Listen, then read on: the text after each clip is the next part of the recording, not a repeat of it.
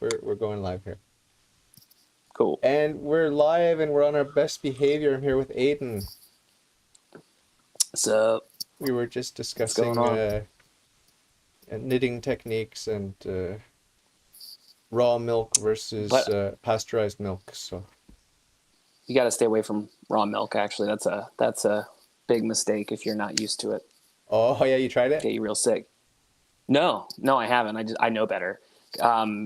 People try unpasteurized milk because they think there's going to be some kind of health benefit to it, and then their gut gets attacked by all of the pathogens and like Oh, microorganisms. Yeah, oh, that's a good way to clean yeah, out your system quickly yeah. from There's a both reason why they ends. ultra pasteurize milk. It has tons of pus and blood in it. It's disgusting. Milk is horrifying. I hate it. So I thought I was bringing us out of gross stuff into PG stuff, but I guess not. I You don't think can that that's you can inappropriate. make anything disgusting, can't you? Okay, here's a new topic for you. Women, go. Do your thing. Is it something I said? Aiden, is it something I said? Hello. Hello. Can you hear me? Yes, I can hear you now. Yeah.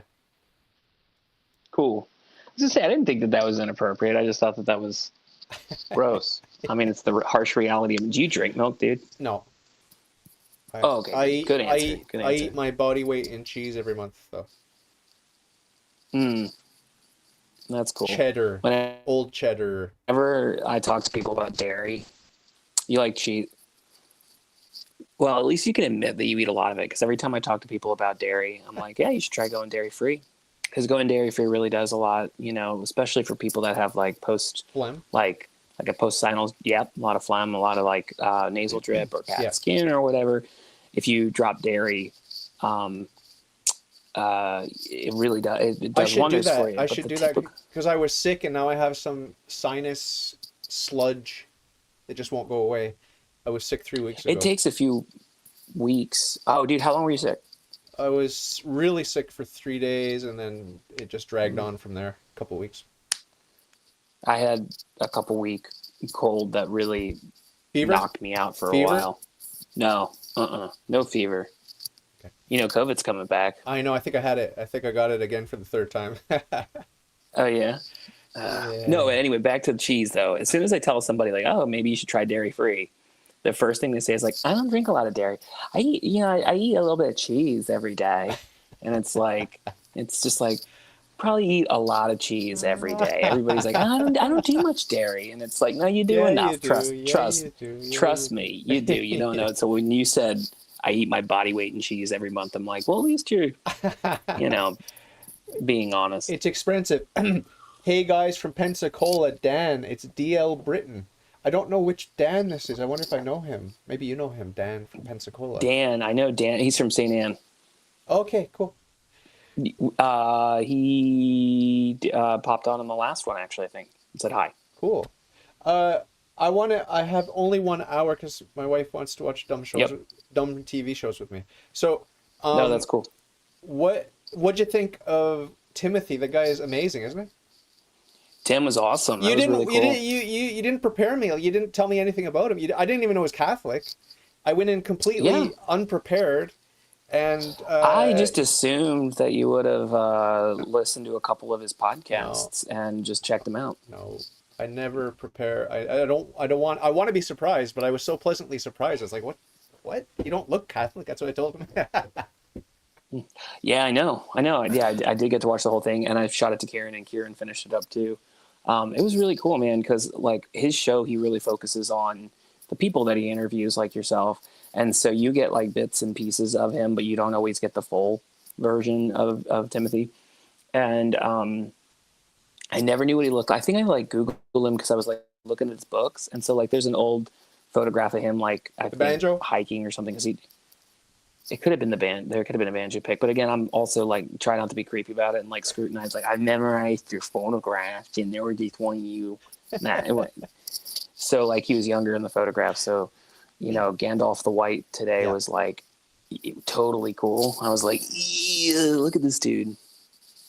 So But his demeanor is so soft and gentle. I mean, I felt mhm. bad for him because I was just like putting him on the spot, like telling him how humble he is and all these sorts of things, and he was just kind of bashful and like, wow. Did you know that he's like that? That he's so soft and gentle? Did you know that from interacting with him? Well, kind of. I mean, it kind of presents itself in the show because he's always very welcoming and like he asks questions and he just like lets people do their thing. So from like, it's similar to like how you Yeah, but conduct yeah, yourself. yeah, So it's yeah, like, yeah. But I have edge and I'm obnoxious, but I let people talk. I listen, right, but I'll also right, jump in, I'll interrupt, and I have opinions, and I'm not afraid to say inappropriate things and these sorts of things. So it's quite different. Like right, I'm nothing like him. He's like right. genuinely down to earth, like humble, mild, meek. And I mean, it's not that I want to be like that, but I think as a Christian, I'm supposed to be like that, right? Right. Right. Well, and C.S. Lewis kind of brings up a good point when he's talking about like you can view somebody from the outside and like look at how they're Presenting. um no, not necessarily how they're, well, yeah, I guess how they're presenting, but like where they are now and where they came from. So like you might meet somebody, a nice Christian person, and they seem like a total d bag, but the person they were before was a dog rapist. So like, ah, so like d bag, dog rapist. They came along quite a quite a long way. I mean, before they were a d bag and they were also committing heinous acts. Now they're just doing that. So like, there's like this scale rather than like somebody who has always been naturally mild and is now unchanged. You know what I mean? And I'm not saying that he's unchanged or unaffected or that he was a one way and is now another way. I'm just saying um, we just don't know how far people are moving away from like their the old man, if you will, and putting on the new man. So, um, but he genuinely seems like a nice, humble dude, and his podcast is both of his podcasts are very interesting. The the Flowered Path. Um, check that out. Check out Strange Familiars. Strange Familiars is so cool. Um, but it's like he gets a lot. He gets like a lot of different people on that show, kind of like yours. Only the focus, instead of being what's your worldview, it's like what's your paranormal experience. And so he gets everybody on there and all different flavors. Yeah, it's very interesting, because I kind of because I saw him as like this cool dude, rock guy, and even though he's a folk guy, but I sort of saw him as a rock guy and Hmm. sort of pagan vibes or whatever, and I thought he was a Satanist or whatever, but I he a lot of emphasis in my questioning had to do with, the freedom we have in Christ, and we're not afraid of Satan. We're not afraid of the paranormal. We're not afraid, like you're not Hmm. afraid to do yoga anymore. These sorts of things. The sort of freedom we have in Christ, and how there's a sort of edgy, rebellious, astonishing aspect to Jesus Christ, and therefore there should be the same element to some degree in Christians, right? Like, did that resonate Hmm. with you, that Right. that angle? Yeah, absolutely. Yeah, because Christianity is super punk rock. Um, it's subversive. It's and Kieran's more edgy than me though. Kieran is more like he'll take the opposite stance just to rag on you. And so like, because I remember talking to him a year or two ago about something um, that bothered me in Catholicism, and I'm like, would that bother you, man? Like, would you feel like down about this? And he's like, nah, I'd double down on it, and I'd feel like a rebel for being chastised by everybody around me. And I was like, oh, okay. He's like, but that's just how I naturally am anyway. Which is like, all right, cool answer, very self-aware. But Yeah, yeah, dude, Jesus Jesus, yeah. liked to say some contrarian stuff, and it seemed almost arbitrary too when you read like like the Gospels, it's like, did he just choose to do that just because he was feeling this way? And obviously we know he's God, so like that's not the case. But like Bikram, the guy who ran the yoga college that I went to, Oh, right. Yeah. college,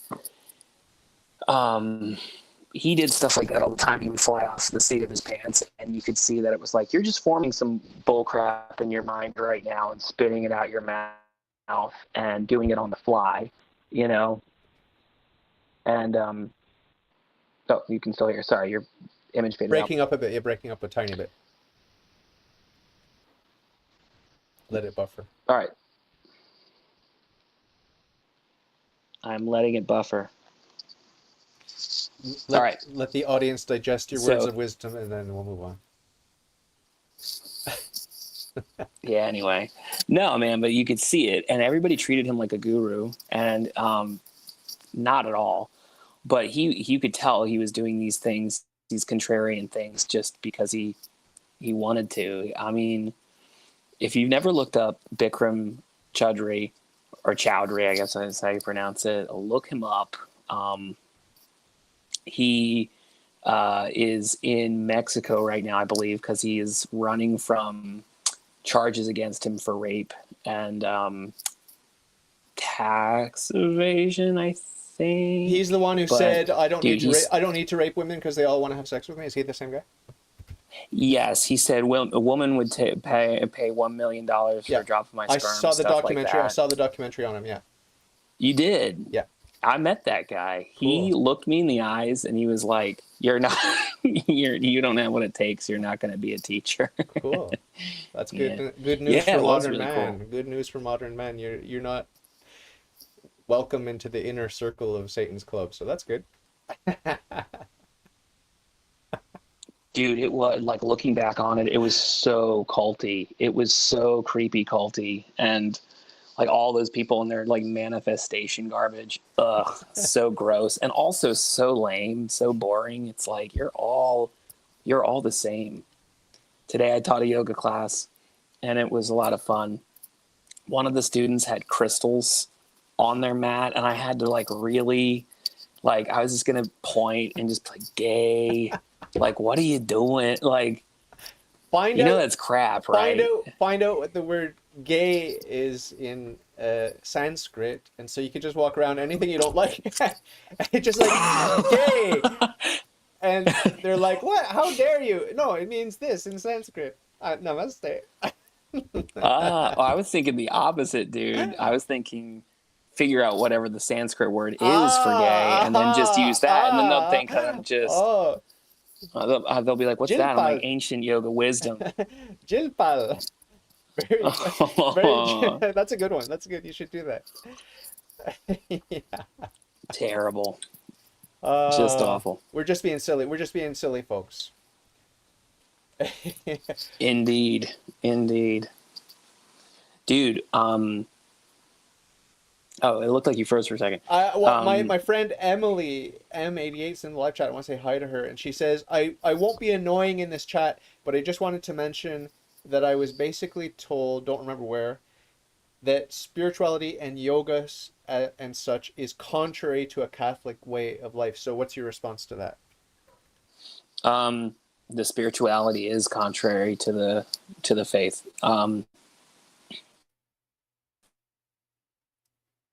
There's just, and it all depends about how you approach yoga specifically as a person, and how strong your faith is, and like, what's your reason for being there. So there is always that temptation to say, like, there's something really spiritual going on here, and there's nothing more or less spiritual than any kind of healthy choice that you make in your life, like exercise or eating well or whatever. But I was having a conversation with a Christian friend after class, really lovely woman named Suzanne. And she was telling me how she still struggles with this. And I still struggle with this at times too, where I'm like, oh, there's something about this that like doesn't seem right. But if you were to go to a worship service of any kind, you were to recite all the words, do all the gestures, but not believe anything they were saying and not, um, like really give your heart to it, are you worshiping? Chances are you would say, well, no, that's not worship. That's something less than worship. And so that there's this part of worship that you can choose to participate in and still go through the actions that look like worship. So like if I happen to take a bodily position that's physical exercise and somebody also used that to worship some kind of deity, and I'm not using it that way, what's the connection here? And the answer is we really don't know. I mean, really, demons take liberty to attach themselves to anything at any time, and which is really a pain. Um, but then also, it's on us as Christians to reclaim certain things and say, well, no, I have liberty in Jesus and I can do as I please in this sense, and you don't have authority, so get out of here. And so, in one sense, I think that the practice needs to be baptized.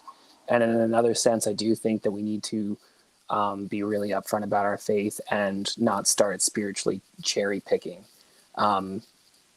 in those areas, because that's where the real danger is. The real danger is the benignity behind the whole thing, the supposed benignity. And really, it's just, I saw a lot of lukewarm people come there and slowly peel away from their faith and slowly glom onto yoga. So that's the real danger, is just syncretism and indifference, and also mistaking exercise for worship, and then ending up worshiping yourself and your body. That's a long answer. That's a good answer. But I've been thinking about that's this a for good a while. answer. Well, yeah, I know a little bit about your journey, so I knew what to expect from you. Thanks for that. And she also says, Emily says, a bunch of my coworkers want me to start a book called Book of Shadows. I think it's a Wiccan book. Mm-hmm. And I didn't tell them, she says, but I had a Book of Shadows and was into that years ago. Honestly, it made me turn more towards God. So that's the funny thing, like when I was talking with whoever it was yesterday, I said that Satan helped me find God. And so she's saying basically the same thing with Right. this demonic book, this Wiccan book, a witchcraft book or whatever it is. I don't know what the book is. I'm assuming that's which one it is. But yeah, absolutely everything is designed to bring us to heaven. So you could tell the story about how your child died of leukemia and it was so painful and this and that, and it brought me to Mm-hmm. God. You know what I mean? I had a Right. tragic car accident and it brought me to God. Mm-hmm. Part of my journey to God was I broke my wrist. It was like a big part of my journey to God. Is it good? Is it good to break your wrist? Well, not, in and of itself, it's not good, but it's like my wrist has never been quite the same. But in this fallen world, God has to draw straight with crooked lines because the world is out of joint. The whole world's out of joint. Everything's out of joint. Everything's off kilter. So God's Right. working with that. Have no doubt. God is working with that, and everything can help you get to heaven and is designed to help you to get to heaven. And the one and only thing that can stop you from getting to heaven is yourself, your selfish will. That's it. Yep. But that's what makes it punk rock, because it's subversive. It's like basically just taking anything Satan does and like you're gonna put that person into a better place because of this ultimately, but he can't help himself because he's just so fixated, So angry. um, so angry and so enslaved. And I'm enslaved too, in Yeah. a lot of ways. Yeah. But to that degree, it's like, wow, that must be a lot of energy spent on hating God. It's Well, like, man, if we want to what a horrible meditate, if we want existence. to meditate about, our legitimate fears of hell, we should think about how Satan and his demons are going to unleash on us. Because you and I, and most people listening to this podcast, there aren't many, but people who are striving to be Christians, striving to please God, I'm not quite there yet, I'm trying to kill the old man, whatever. Those of us who, God forbid, end up in hell, Satan's going to really enjoy unleashing on us who are trying to be Christian, striving to be Right. Christian, but just didn't quite make it. Like, oh my God, we're top of the list for his torture, sessions, right? We're top of the Yeah. list. And the popes are top of the list, the cardinals are top of the list, the bishops are top of the list, the priests are top of the list. But anyone who's striving to be Christian and doesn't quite make it, oh, wow, it's a false joy that Satan and the demons have when they get a hold of us. But it's still a perverted sort of pleasure that they're getting out of it. They really want to unleash on us. So when we want to foster a fear of hell, we should think about the fact that Satan hates us more. He hates us more than, say, an Aleister Crowley or Anton LaVey or whatever. He hates us more, right? Yeah, that is frightening. Thanks for that, David. The stakes are Very higher. uplifting. The stakes are higher. And the funny thing is, as we strive to get more and more Christian, we are raising the stakes. We're raising the stakes. Everything we do raises the stakes. And if we say, screw it, I'll just be atheist again, I'll be a Satanist again, whatever, then the stakes pretty much stay where they are. The stakes aren't going to go down. Like, they can only go up. The stakes can only go up. Yeah, yeah. And I'm going to conveniently forget all that too. But we're going to make it. We're going to make it, Aidan. We're going to make it. The scrupulous part of me says, "Oh, absolutely, dude. I have no fears about that anymore." I'm just like, you know what? It's not worth worrying about. It's not worth worrying about. I know that like my attention and my time wouldn't be tuned in this direction.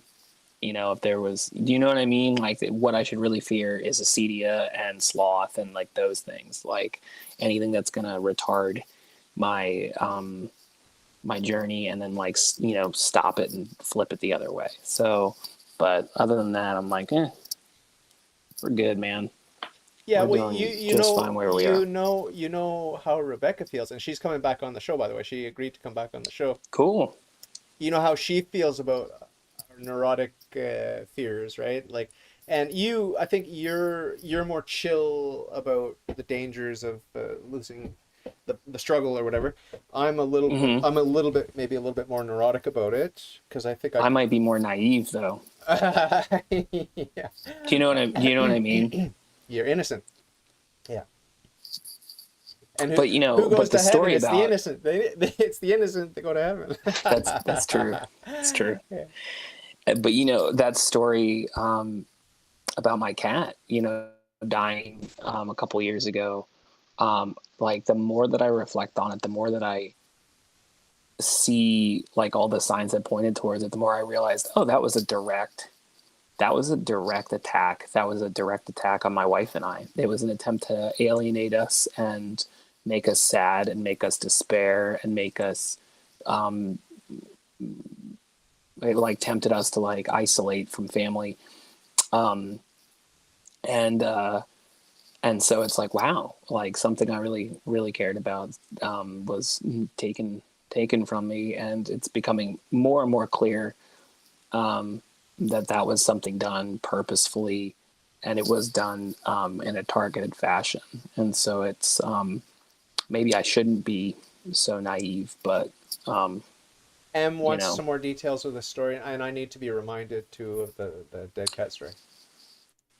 So it started when Rachel and I were in Pensacola, and we were considering going home for Christmas, coming back up north, right, to Pennsylvania. And it was around the time of COVID. And around that time, the cat started getting ill, and she started hiding. And Rachel was always really worried about the cat because she was in tune with the kitty because she was at home doing work at home. And she would like see the cat on the day-to-day basis and have these interactions, and then the interactions like changed. And because I was just starting my nursing career, I was like so like my nervous system was just so fried from all the work that I was doing and from like just my terrible anxiety. So Rachel knew something was going on with the kitty. And I'm like, she's fine. I'm like, we got to just not worry about it, because it was kind of put it in the pile of like, let's not worry until there's an actual issue, right? But the cat was hiding in the closet and doing things that she didn't normally do. And for 7-8 years, it's just been Rachel and I and whatever kitty we have. So I want to say in November, we started really, really noticing this stuff. And I started experiencing anticipatory grief, and Rachel started experiencing anticipatory grief because we both knew we were going to go to, we bought our plane tickets to come up to Pennsylvania, and we just had this feeling that Kitty was going to die.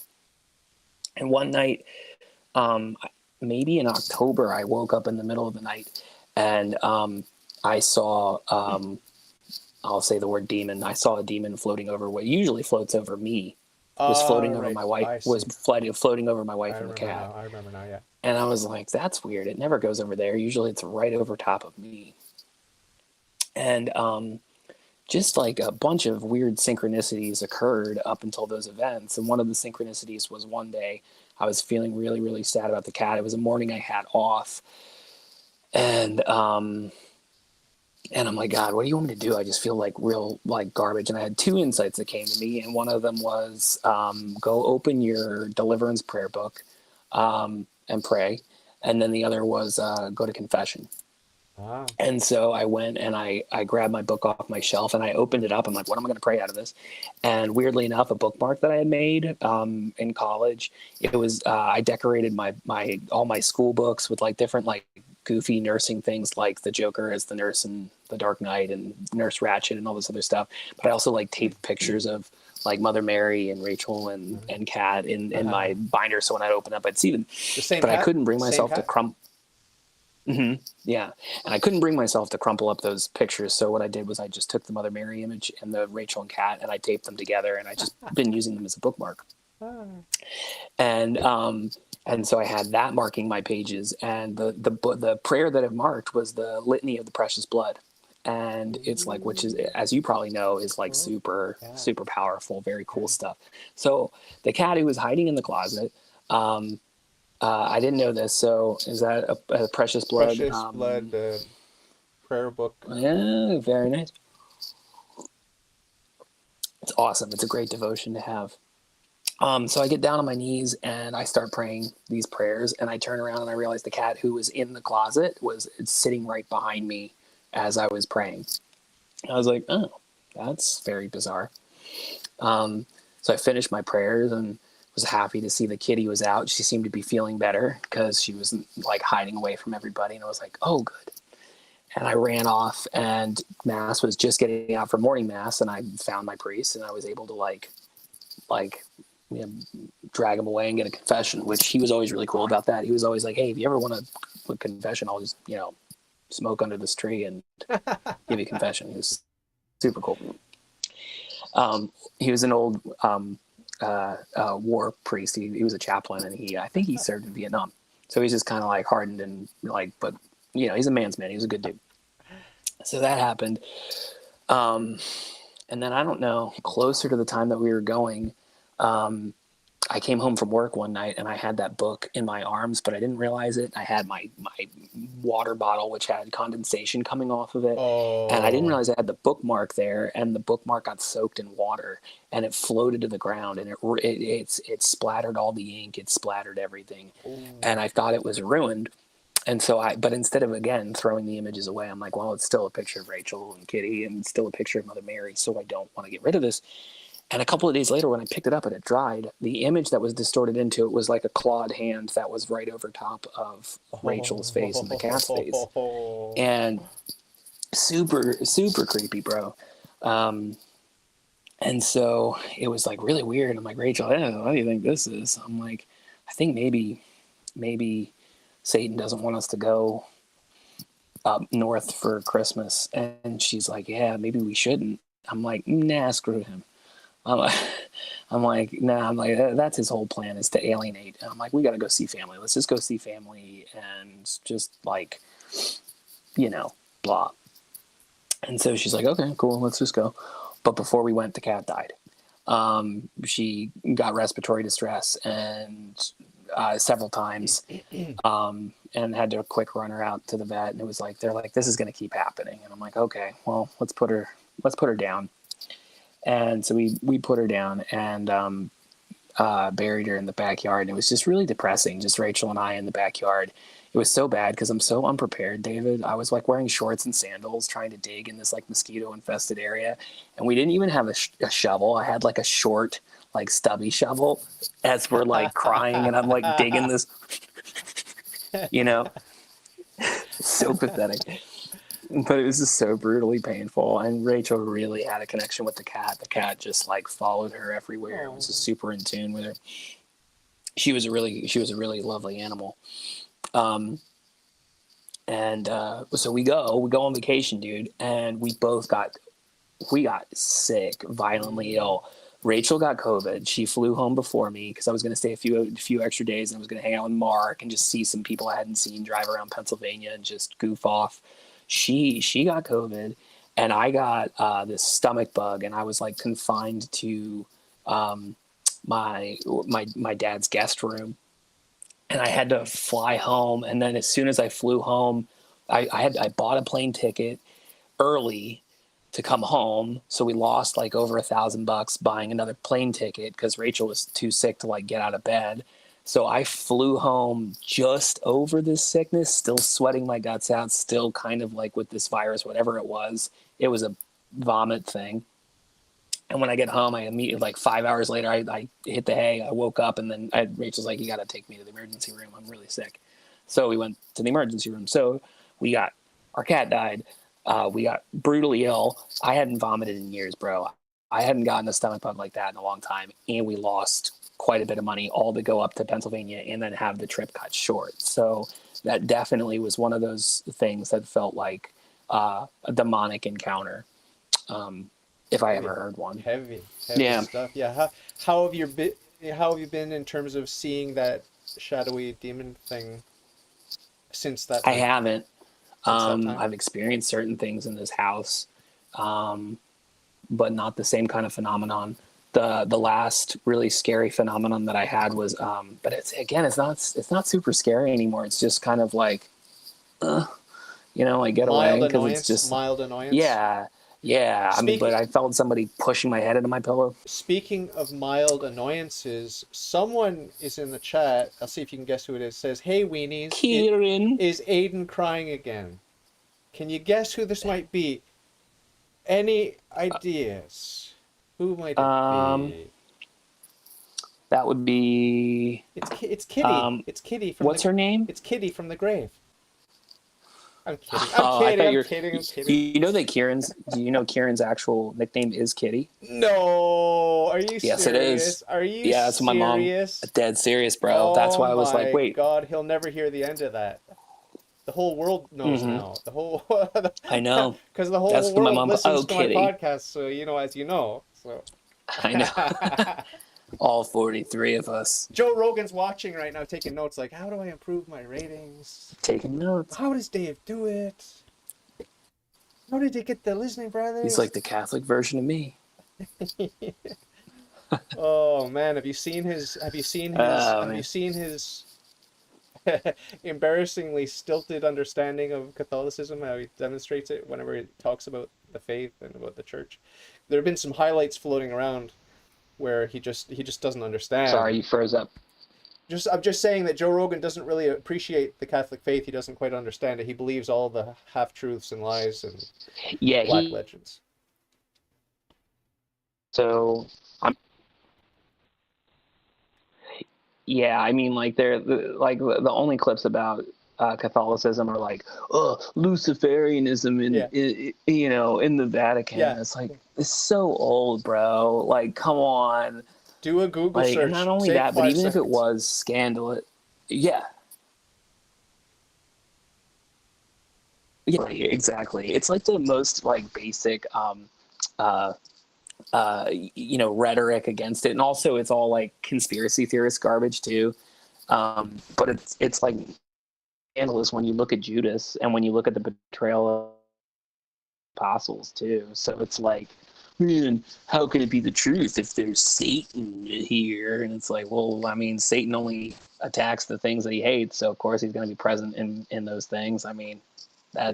that's what happens. So Yeah, well, logically, that's what else? I made a bit of a joke about that. I did a response video. Someone asked me to do a response video to Kent Hovind saying why I'm not Catholic, and so I did one, and it was fun. It was just improvised, and I just said the predictable things that I always say, but Mm-hmm. it was fun. But one of the things I said, because he was basically saying, Catholics are evil and Christians are good, and by Christians he doesn't mean Protestants, because he thinks Protestants are evil too, because he thinks Protestants come out of Catholicism, but he thinks that the Christians were the Baptists who were at the time of Christ and the apostles and thereafter up until the time of Constantine, when Constantine started persecuting. He created the Catholic Church and then started persecuting the Christians, which are the Baptists. So that's his version of history, and basically, demonizing everyone but the cult that he belongs to, the Baptists. And so I said, well, maybe it's true. Like, I mean, maybe we're the bad guys, the Catholics are the bad guys, and you guys are the good guys. Maybe that might be the case, because why would Satan go after you? He's going to go after us, right? It's more likely that he's going to focus on us, because we're the church that Christ built. You know what I mean? We're not some false, heretical Right. small group. We're the actual church. So maybe it's true. Maybe we're the bad guys. Maybe we are the bad guys, in terms of the members of the Catholic Church who are falling prey to the lies of Satan. There are a lot of us. There are a lot of us that are, even in the hierarchy. So yeah, I would admit that it's a possibility. I don't think it's, really disproportionate, where if you're Catholic, you're way more prone to be toyed with or tampered with by the demons. But it might be the case. Well, and here's the thing too, David. If you think about any so I watch a lot of exorcist commentary on YouTube. So if I'm like checking out something very, very Catholic, chances are it's an exorcist talking about things, just because it's interesting. It's just like, it always just kind of points to the spiritual reality, right? And don't let me forget, I want to ask you about the spiritual ecosystem, a thing that Timothy said then too. Yeah, But that was interesting. I never heard that before. Neutral spirits. Okay, we'll get back to that. Yeah. Right. So that's actually what I wanted to talk to you about, because I don't believe in neutral spirits. No. The more that I don't, unless there was something that wasn't redeemed by Jesus, then I could say, okay, so if that thing like specifically was somehow not redeemed by Jesus, that but neutral, like in the sense that we are. Do you know what I mean? If there was something like that, then maybe, but I highly doubt that. But anytime we sin, back to what we were saying, anytime we sin, we're choosing Satan anyway. Yep. So in like all the exorcists talk, they're like all the things that are going to get you possessed, like if you practice the occult, if you have sexual sin, and it's like, really any sin entwines you with Satan. Any sin, anytime, any amount of sin, little, big, doesn't matter. You're choosing Satan. You're ignoring God. That's what it is. And so like whenever, and I guess part of it is because of yoga that I like go down those rabbit holes where I'm like, what is this obsession with like grappling onto like certain things and saying,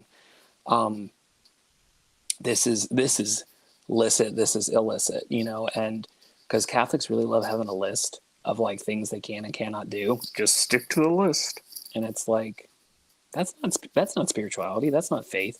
That's just being really uptight and boring. Like nobody, like my butthole's puckering just hearing that kind of. It doesn't really represent Jesus at all. You know what I mean? It's just like, oh, stupid. The image is still there. The image is still there. But, what, of my face frozen? No, of your puckering a-hole. Yeah, that's good. I'm sorry, glad. folks. Sorry, folks. No, but here's the thing, though. But the thing is, though, too, the things that they say do hold weight. Yeah. So like when an exorcist says something, they're observing something and they're talking about it. They're like, well, I've noticed that this leads people down this path to get possessed. And then it's like, I know that there is some truth to that. I know that these things work in this way and they can like take people down, but it kind of like makes you think about it in a different way. Like for me, it's like, well, what's the path that they're going down? But for most people, when they hear Father Ripperger saying something, it's just this, like as soon as you do X, you will get Y. And it's like, I don't think it works like that. That doesn't make any sense. Like, I mean, I guess it can, but like, that doesn't seem to be the norm. It seems to be like the things we do, we develop these patterns, we develop these relationships, and then the more of a relationship you develop with something that is not of God, i.e., a demon, then the more entwined and entrenched you become in it. And so, um, uh, I don't know. I don't know where I was going with that, but I was basically just like trying to parse out like um, what we as Christians need to be doing Yeah, well, I want to, in terms of I want to give a interacting with concrete stuff. I want to give a concrete example from my own experience with COVID. You know, like I converted in 2009. I had the pink cloud, like everything. I just constellation, constellation, constellation. You know, and there were some challenges and some sins along the way, obviously, but it was COVID where I really fell because I didn't have access to the sacraments, and a little bit about my story, how it's been rough, but getting better now. But Mm-hmm.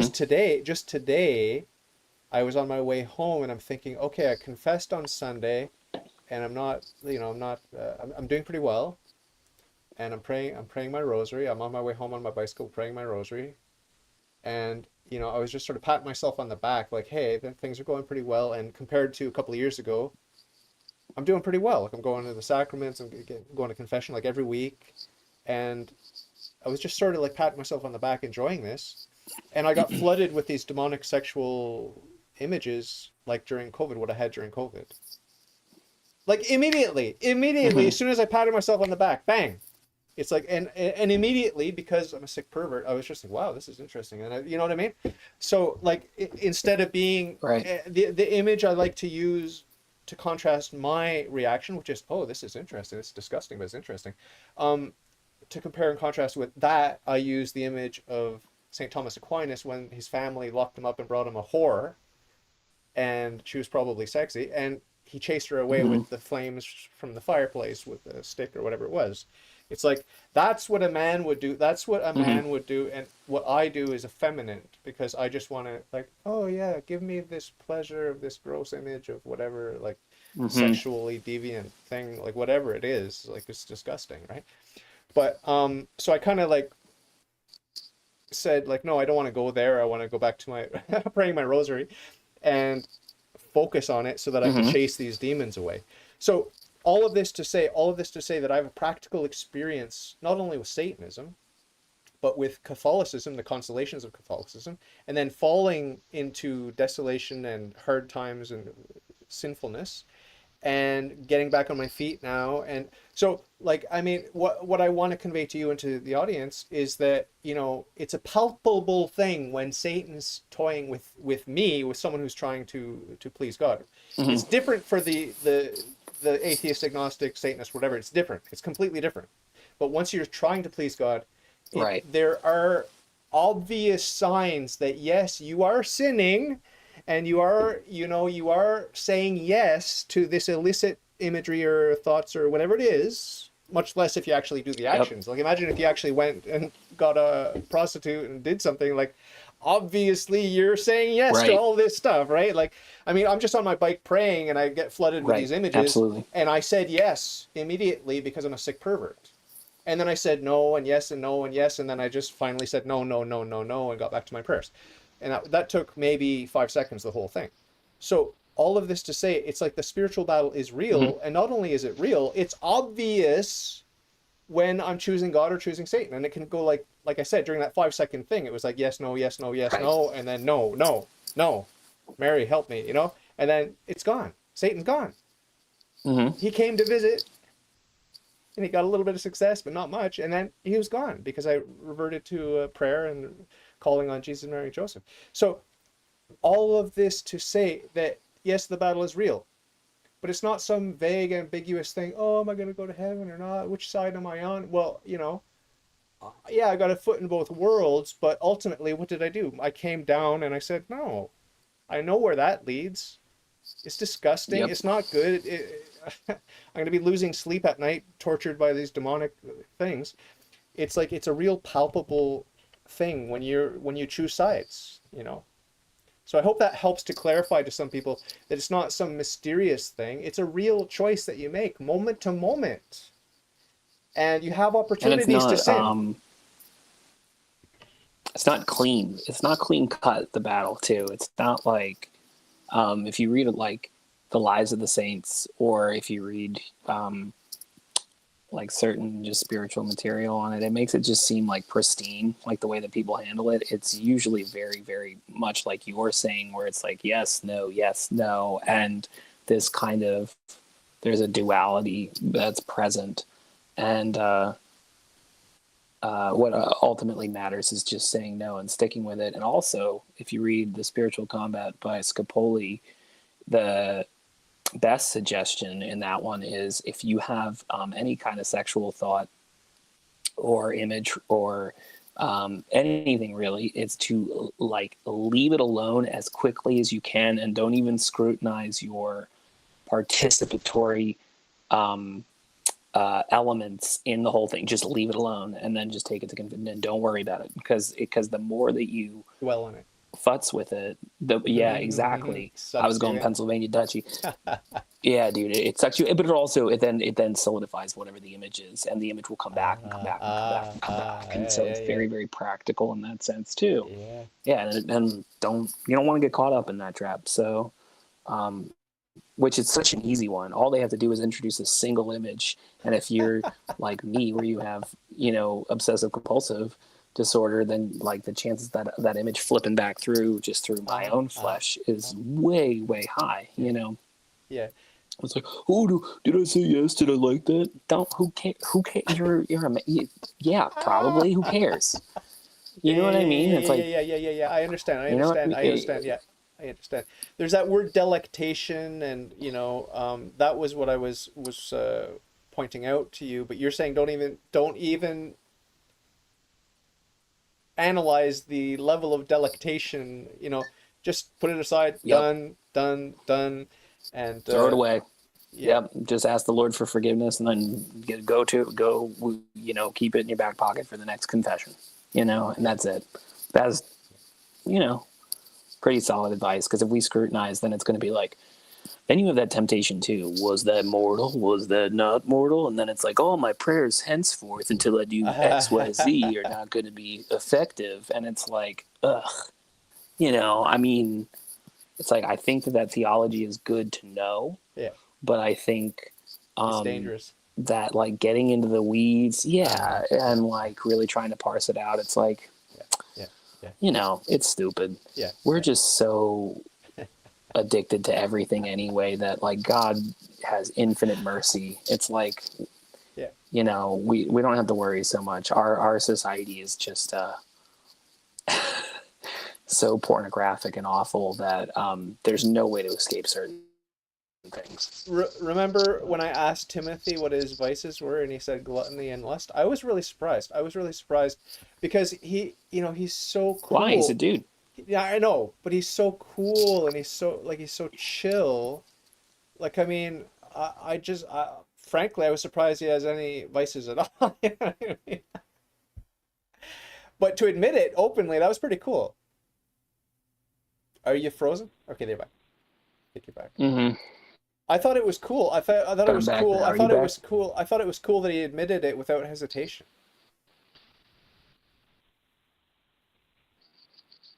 Yeah, I mean, that's a dude thing. I mean, I think it's kind of rare to find a person, a human being, especially a man, that's like not somehow a slave to lust or to food or whatever, because it's like one of the easiest illicit things that we're allowed to engage in Christians. It's like, well, you're married, cool. You can engage in sex. You have a mouth, you need to eat. Everybody has a mouth, everybody has a tongue, everybody, most people, so you're going to have to eat food. And so those are the easiest things to overindulge upon. And I think it's more rare to find somebody that says they're completely untouched by that stuff. I do believe there's people out there like that are naturally asexual. So the spiritual ecosystem thing. Yeah. So brother, you have to get Brother Richard. You have to reach out to that guy somehow. I don't know how you would, but well, I could just ask Timothy. Brother Richard Hendrick. I'll ask Timothy to hook me up. And you should, because he already told me he wants to come back on the show. He's open to coming back on the show, so I'm excited about that. Yeah. Well, you need to get Brother Richard. He is like a wealth of knowledge, and he is super. So what Timothy was saying, that he was tempted to pride with, like, people are like, oh, you're making Catholicism cool, and he's like, well, no, I'm just pointing out the cool things about it. Brother Richard's like that. He's got this like real wealth of knowledge about everything. He's very gentle in his presentation. He's not condemning of things that like a lot of Catholics tend to be condemning of. You know, he's very much like very intellectual, kind of more Jimmy Aiken's approach to it, where it's like, let's talk this out, think this through, and kind of um, uh, you know, look at this thing a little bit differently with a little bit of a smarter and a more fair attitude. Although I'm sure Jimmy Akins isn't your favorite person given his views on evolution. I really like But him. I really like him. I'm just annoyed. I'm just annoyed with anyone who believes in evolution. It just annoys me, and it's pride. It's pride. I mean, I admit it openly. It's pride. It's because just like, why am I wait, worried what about happened? that? You Why am I froze worried again, about and that? Oh yeah, our connection's a little bit bad. I think it's on your side. I blame your router or whatever it is. Can you hear me now, Aiden? You froze. You froze a bit. yep, Hey, Aiden. Uh, yeah, I can. Can I you? wanna I wanna give a shout out to my friend Christopher Rice. Yes. Christopher Rice, you know him, right? He's in the live chat. So You know him? yeah, Cool dude. yeah, he's cool, man. We've been having on and off conversations. Oh, no He's way. yeah, real cool dude. He Oh. turned me on to some music that Oh. actually, it's funny, the band that he really likes is really close to Rachel and I. Um, uh, what are they called? It's the Innocence Mission is I their name. know, I know. I bought a whole bunch of the music because of He Christopher made you, Rice. he said he sent you some stuff and I don't you like weren't it. into it. I don't like it. It's too wholesome for me. It's way too wholesome for me. Do you like it? I mean, it is a little bit wholesome, but I showed Rachel one of the tracks the other day. She's like, yeah, I can see why you like this. Yeah, but it's good. It's really good. It's really awesome stuff, and it's like got a wide range from like where they started out to like Okay. where they ended up, and it's just even weirder that they're from Lancaster. Yeah. Yeah, and they're But Catholic. They're Catholic. I I know, but also not in like a lame way. You know, it's not um, like their faith is just, it's not like it's explicitly done in their music. Their music is just informed by it, it seems, and which is good. You know, that's kind of what I want, you know, in a quote unquote Christian artist. Yeah, yeah, yeah, yeah. I want to ask a question on behalf of Emily because she said that she's struggling now because, you know, when she's deeply connected with God, she gets sort of attacked, she gets bad threats from something else. Shoot. And so she's kind of avoiding the whole thing, Mm-hmm. and that means avoiding a connection with God because she doesn't want to seem crazy. So it seems like there's a battle raging there, and it's just easier not to pursue God because other things come in. I haven't Mm-hmm. experienced that. That sounds unfamiliar to my journey. But maybe you have some insights. I don't know what to say to that other than just ignore the other entities and go for God. Like go for it. Go for it. That's what I would say, but that's not it's naive advice because I don't really know the sort of battle that she's engaged in. What would you say? Um, I've always been oriented differently. So when I started coming out of the yoga scene, like when I was pulled out of it, it was through prayer. And so I felt protection from prayer. I did feel retaliation for sure, but also as soon as I started to weaponize prayer, things really changed in that sense too. So as soon as Satan sees that you're doing something and then you start to um, clap back, as they say on the internet, um, with something, you know, powerful, like begging Jesus's blood, or just even using Jesus's name, or calling upon his mother, or Saint Michael. The Saint Michael chaplets really helped. The rosary always helps. Well, actually, I can't say that. I think the Lord's trusted me with that too. But the devil really, really hates the rosary. I mean, that's just so apparent. My temptation to drop that really points towards that. But yeah, I would say just dive on into prayer and find a weapon, latch yourself onto that weapon, and then you'll see that there's some real fruit from that.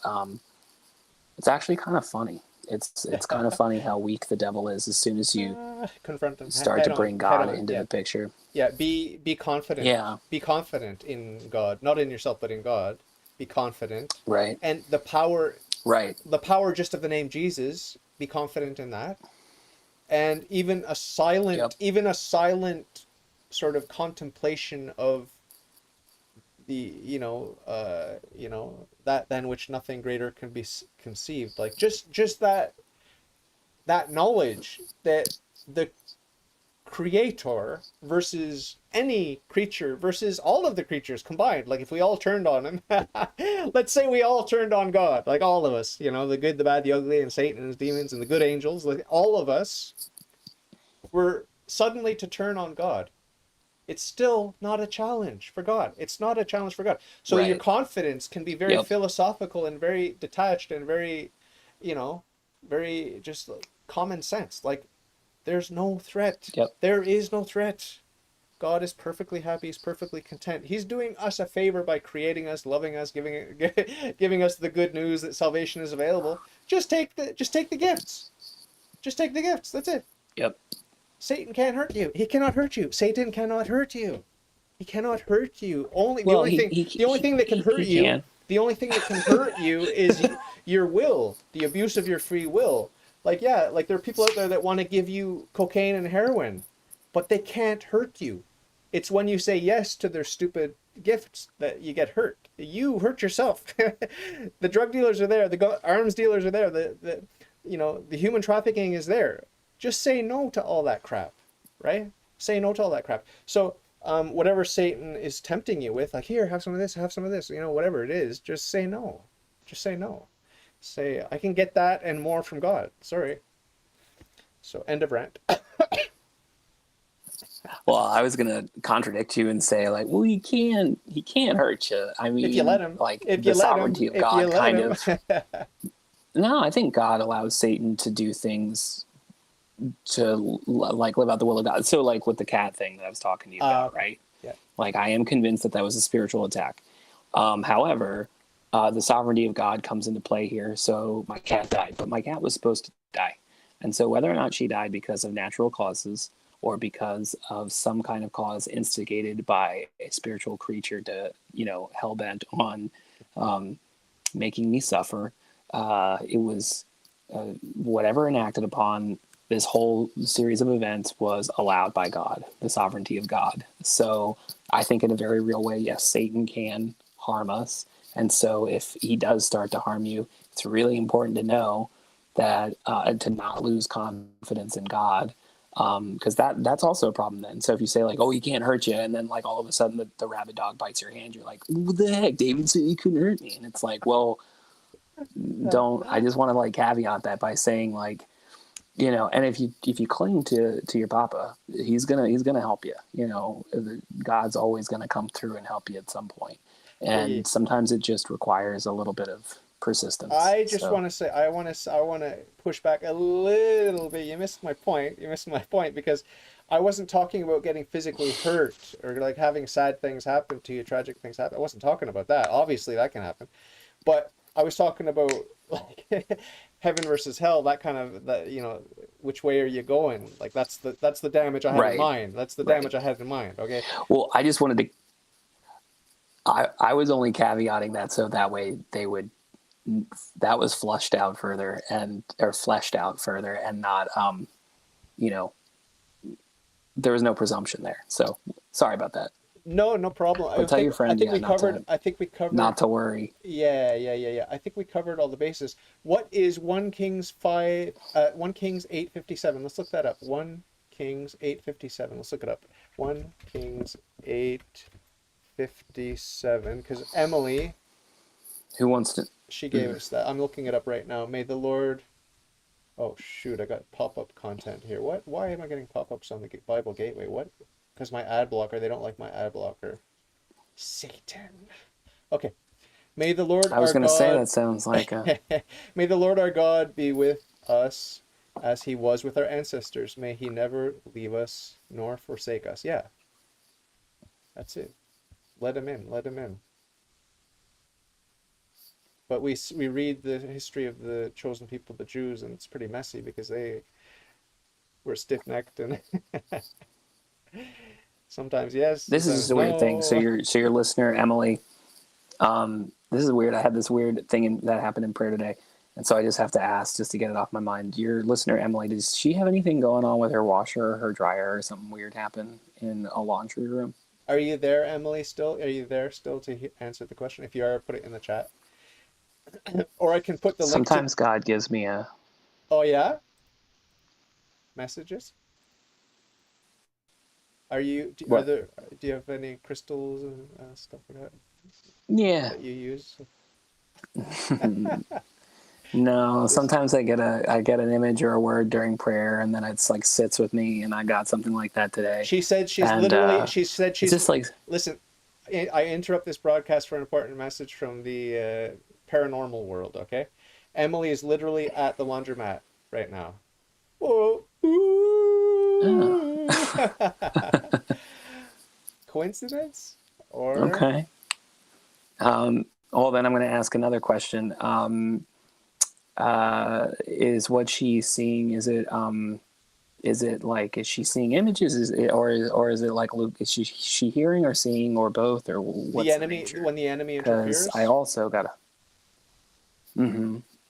You're saying maybe images, maybe sounds, maybe what?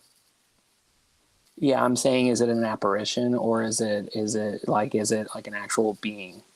Ah, uh-huh. Like how That's really what I how want to know. physical does it seem? It was Mm-hmm. Is sounds. she seeing It was things? sounds. It was just sounds, she says, just sounds. And she said it was years ago. Okay. Okay. But Mm. yeah, I mean, I really am not one to give advice because I haven't experienced this sort of manifestations kind of stuff. For me, it's all in my head with just images and temptation to sin. But I don't get creepy sounds or seeing things. But I would just say that there's a temptation to read too much into that, get too excited by the sound effects, the lighting, and all the Hollywood magic that Satan No, and I has at only his ask. disposal. No, I only ask because today the other thing I saw was a gray, and I've seen those a couple times. Just an image of a The gray flash in my alien? mind. Mm-hmm. Yeah, I've had those a couple times. I had a girl at work. I went up to her. I'm like, look, I had a couple of things come to me, and one of them was like a pack of cigarettes. The other was a gray, and I had this insight, and I was like, I knew I had to talk to a couple people at work, and I'm like, okay, so like I went up to one of them, and I was like I got like cigarettes in my mind. Kathy, I feel like I'm supposed to talk to you about this, but she's like, oh, I'm trying to quit. I'm like, oh, okay, that's all right. You're trying to quit smoking. She's like, yeah, my husband doesn't like it. And I'm like, okay, well, I don't know what I'm supposed to do with this, but when I was praying, this came to my mind. And I went up to the other person that I had like this image of Grays, and I was like thinking about her little boy. She had a little boy. And I'm like, does this mean anything to you? Has your son been having any trouble sleeping or anything? And she's like, yeah. I woke up the other night and he was downstairs in the kitchen. And it was like 3 a.m. He was talking to somebody and the lights were out, but I couldn't see. Like there was nobody there. And she's like, it scared the crap out of me. And I'm like, okay, well, this is what I'm like. It's really kind of weird, but I saw this. I just want to let you know maybe something's going on there spiritually. But I don't always have insights. It only comes every once in a while. And also, I don't always get follow up. So all I know is that, like, in this moment, like something kind of came to me and I'm like, oh, I should probably just ask her about the washer dryer thing and just see. But I suspect that she was probably supposed to hear this conversation for one reason or Oh, another. okay. Okay. Yeah. Yeah. That's it. Well, I just typed two little basic messages to her. God is good and have no fear. Like I think that's a pretty good summary of our position as good guys on the right side of the spiritual battle, right? It's like God is good. That's unassailable. That truth is unassailable, and have no fear. Like I mean, I Yep. think that's a phrase that we hear in the New Testament quite a bit, right? Fear not. Jesus says it quite a few times, and it appears in the New Testament quite a lot. Have no fear, fear not. Reason. These sorts of things. It's a pretty general Sorry, you message. broke up a little bit. Well, like even the one of my favorite scenes in the New Testament is the calming of the storm. You know, Jesus is sleeping. You know, he's Yeah, I sleeping, love that. and they're worried, and then he's like, "What? Do you have no faith? Like, don't worry, don't worry." Because he's the master of the sea, he's the master of the wind, he's the master of Yeah, but can you imagine what this? Can you imagine though, David, like how the story would have turned out if they would have just like, we gotta have faith, and then just like sit down. and they all But die, and they all die. like, do you think they all die? Yeah. Why did you wake me? Like, Have you thought about that's this some before? heavy faith right there. Have That's you some good thought about stuff. this before? Is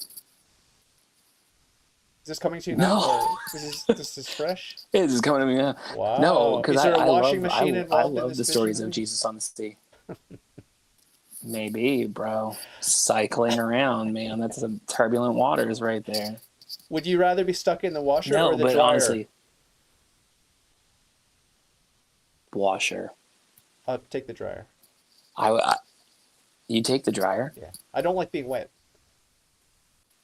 I Mm, like being warm. mm. I like being So you'd rather warm. I burn like in an being oven than warm. drown in a lake? Oh yeah. Oh yeah. I don't want to drown. Really? Oh, horrible, dude. So I have a friend. Her name's Tina. She's a lovely person. She told me when she was in sixth grade, her friends used to bust her hump all the time because she came home and she went to do laundry, and she had a cat that would sleep in the dryer because it was comfy in there and it was like warm, so it would jump in there and like it would like soak in the warmth. Um, but she didn't realize there was a cat in there, and she threw a load of laundry in on top of the cat and accidentally killed her cat by turning her dryer on. And I'm like, oh my gosh. And she said that her friends in school made fun of her for years. And I'm like, that is like the most like traumatic. Can you imagine having like a traumatic like accident like that? You kill your beloved childhood pet, but then on top of that, your friends your friends would dog you about that for years. Like, how horrible is that? Oh, that's rough. Your Uncle Mark's in the chat. Hey. What's up, Marky? Mark says that's not cat lick. You Cat froze. lick. It's not cat lick. I do hate to leave you, but I gotta let you go. That's good. My That's wife's calling good. to me. My That's wife's not a calling to me. perfect pun, though. Oh, your Uncle Mark told me that was JP2 that did the Fear Not thing. JP2. He said Fear He Not. did what? He emphasized the Fear Not message. JP2. Oh, did not Yeah, know that. yeah, yeah, yeah. It's ringing a bell now. I'm remembering I love me some JP2. that was Saint JP2. So, any closing thoughts? Because I do have to wrap it up and get back to the wife here. But we'll talk again soon. But and it's been amazing talking to you. But anything we forgot to cover about Timothy? Because that was quite an episode and quite an interesting thing. Or any other topics related to Emily's journey back to God, or your own stuff, dead cats, anything? Dead cats. Several dead cats, bro. Nah, man. All my cats in my life are alive, and they're going to stay alive because Satan knows better than that these days. I'll pray an extra rosary every day just to spite him. I'll drag as many souls as I can up to heaven just to be a douche.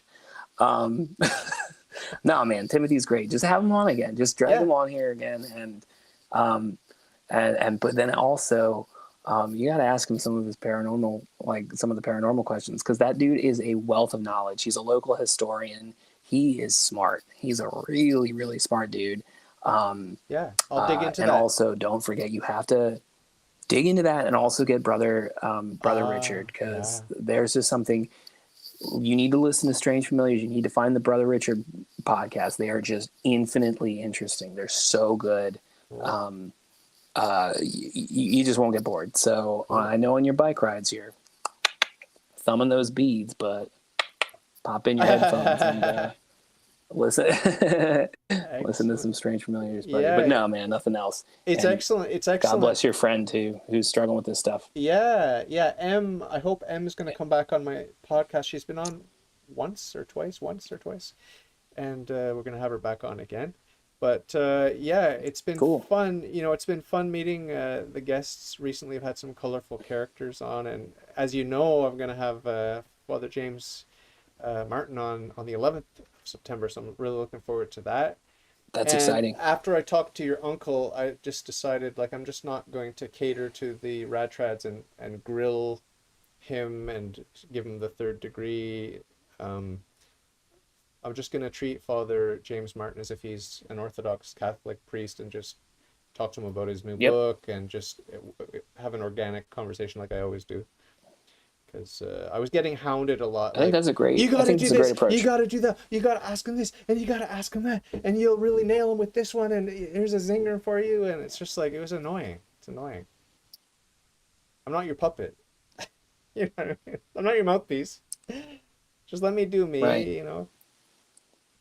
So, and I'm Yeah, you start got to live your truth, David. I'm following him on Twitter, and now that I'm interviewing, I'm sort of paying attention to his Mm-hmm. posts because I used to ignore his posts because I was scared that he's gay. But now I'm paying attention to his posts, and they're all good. Like, it's just good, wholesome stuff, and it's Catholic content, and so I think it's a bit of a boogeyman, maybe a bit of a boogeyman. We gotta love people, man. Yeah, I think it is a boogeyman. Mark's reading one of his books right now because of your, cool, um, you telling him that you're interviewing him, and cool. I just think really we need to be loving people more than we are, scrutinizing them and criticizing them, because it just seems like it's, you know, we're going to be critical. And it's like, yeah, or, we can be good human beings and good Catholics and love people where they're at and try to hear them out and not be a dick, Yeah. like really radical concept here. But like, you can hold to your views and love somebody and not be mean to them, because it's like, it's so easy to be mean to people. And it's not at all virtuous, It's like, why don't we try practicing virtue for a change and see where that takes us? Because maybe that'll patch things up rather than tearing more things down. Absolutely. Great talking to you as always, my friend. I love you very much. You and your family and everyone and all my Love you listeners, too, buddy. everyone in the live chat and everywhere else. So we'll talk very soon. Take good care and we'll have you on soon, okay? Love ya. Thanks for chatting, man. You have a Bye. good night. Bye. All right, bye. Bye.